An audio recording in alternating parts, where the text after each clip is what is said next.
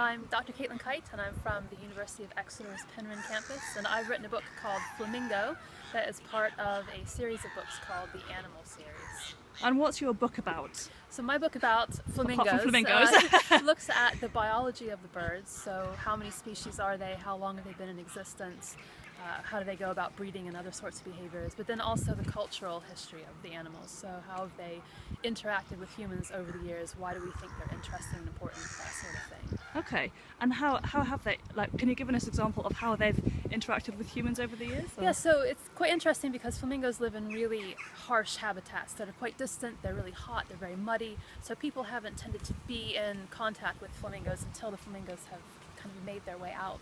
So actually you see quite a lot of history, there aren't too many artifacts, but then about 40,000 years ago you can see flamingos in murals in Spain. We know that the Egyptians kept them in captivity, the Romans ate them. So kind of, we do know that in ancient history there are these interactions. And then of course you've got the pink flamingo statue that people buy and put out in their gardens and their yards, and that's since the middle of the 20th century. So there are all sorts of different sorts of flamingo interactions in artwork and music. In culture we see lots of places named after flamingos because they're kind of jazzy and fun. So there are little bits and bobs here and there around the world. That sounds fascinating. So there's lots of really interesting little facts about flamingos in there. Lots of facts and also lots of photos and other types of artwork and images. So we tried to make the book quite image heavy so that you can see the birds and kind of let their color and their attitude speak for themselves. So there's lots of artwork from people in the UK and also in Europe and even beyond. And we've got pictures of artifacts from Africa and from India, from all around the world. So there's quite a range of things to learn. Sounds amazing. What would you say is your kind of most favourite fact about flamingos? My favourite fact is that the flamingo has in its mouth some tissue that is actually equivalent to human erectile tissue. And so it swells up to allow the birds to pull food from the water because they feed with their heads upside down. And so the rigidity of that tissue allows them to kind of keep filtering the water through and pulling the little microscopic bits out so that they can eat.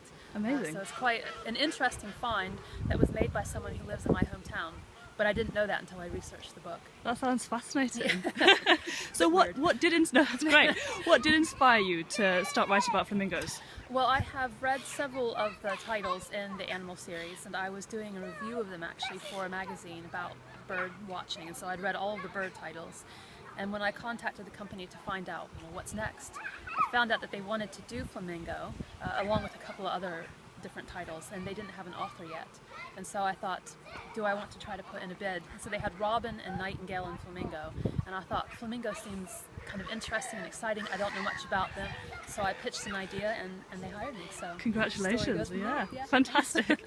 And you obviously love flamingos because you're wearing flamingo earrings, necklace and an incredible flamingo dress. Right. Can you tell me a little bit more about your outfit right now and all your flamingo outfits? Basically from day one I started collecting little flamingo trinkets, and then my friends and family started buying them for me as well. So I have cardigans, sweaters, shirts, dresses, jewelry, books, dolls, everything you can think of. At the same time, as impressive or ridiculous as my collection might seem, I'm nowhere close to the world record holder who has almost 700 pieces of flamingo bling. So amazing. I have a ways to go still. Flamingo bling. Yes. It suits you. I love it. And when was your book published? When did it come out? It came out in the first week of June. Okay, so and we can find it on Amazon? You can find it on Amazon, you can find it through the Reaction Books website, so it's all over the place. You can find it right here at Slimbridge. Great, okay. Thank you so much for speaking to us. Thank you.